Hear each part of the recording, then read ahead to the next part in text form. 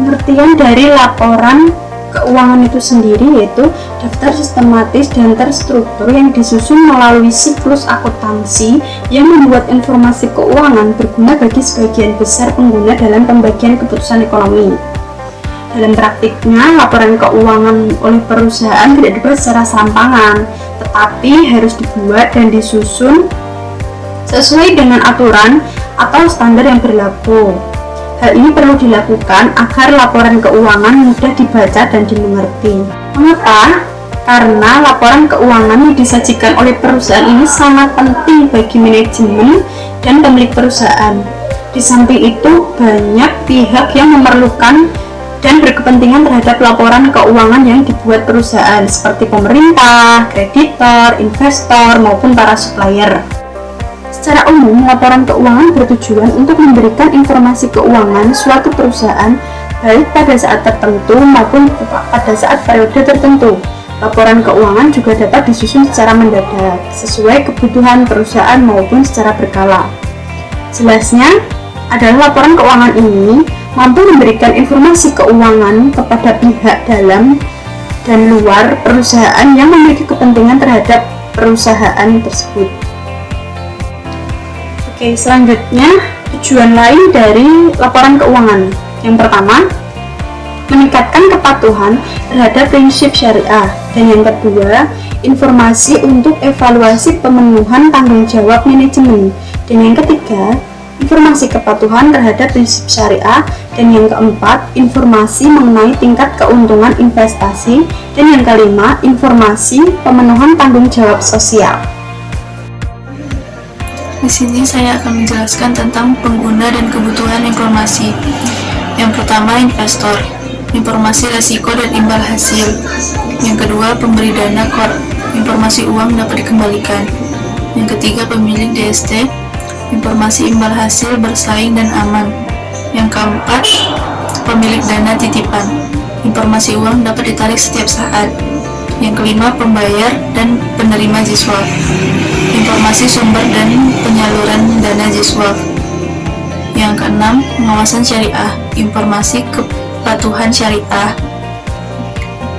Yang ketujuh, karyawan, informasi imbal jasa, manfaat pensiun, dan kesempatan kerja. Yang kedelapan, pemasok dan mitra lainnya, informasi pembayaran hutang. Yang kesembilan, pelanggan, informasi kelangsungan usaha. Yang ke-10, pemerintah, informasi untuk menetapkan kebijakan. Yang ke-11, masyarakat, informasi perkembangan. Selanjutnya yaitu asumsi dasar akrual atau akrual basis. Pengaruh transaksi diakui pada saat kejadian, bukan pada saat kas dan setara kas diterima dan disajikan pada LK bersangkutan. Margin yang ditangguhkan atau MYDT. Penghitungan pendapatan untuk tujuan pembagian hasil menggunakan dasar kas atau cash basis. Hak pihak ketiga atas bagi hasil. Kelangsungan usaha atau going concern. Entitas syariah diasumsikan melanjutkan usahanya di masa depan dan tidak bermaksud melikuidasi dan mengurangi secara material skala usahanya.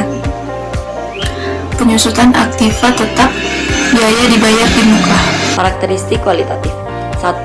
Dapat dipahami, yaitu kemudahan untuk segera dipahami oleh pengguna dengan asumsi memiliki pengetahuan yang memadai mengenai aktivitas ekonomi, bisnis, dan akuntansi.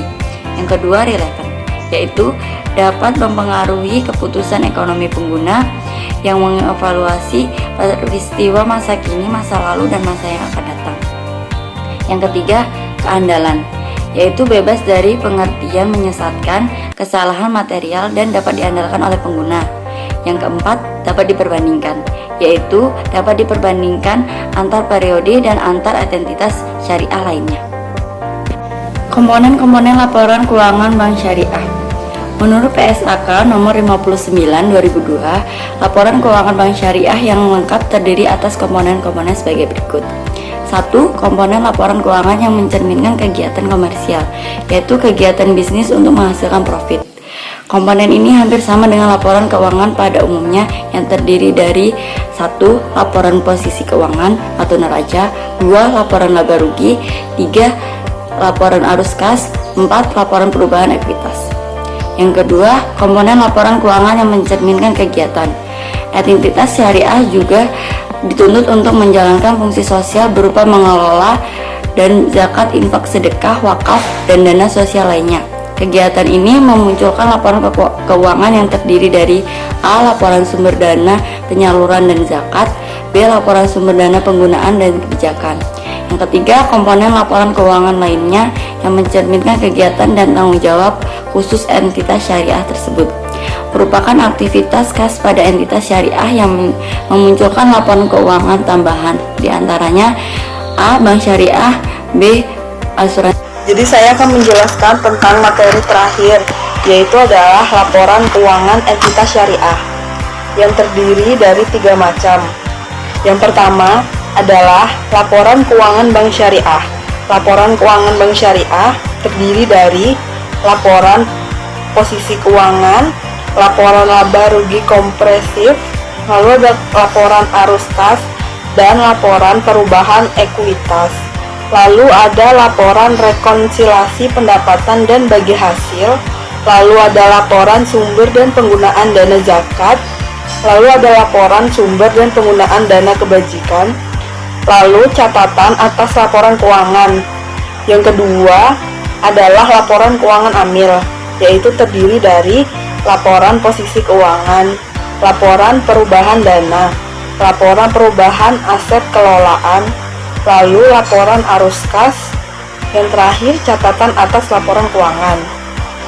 Dan yang ketiga adalah laporan keuangan asuransi syariah yang terdiri dari laporan posisi keuangan, laporan laba rugi kompresif, laporan surplus defisit underwriting dana tabaru, lalu laporan perubahan dana terbaru, lalu laporan arus kas, dan laporan perubahan ekuitas, lalu laporan sumber dan penggunaan dana zakat, lalu laporan sumber dan penggunaan dana kebajikan, dan yang terakhir catatan atas laporan keuangan.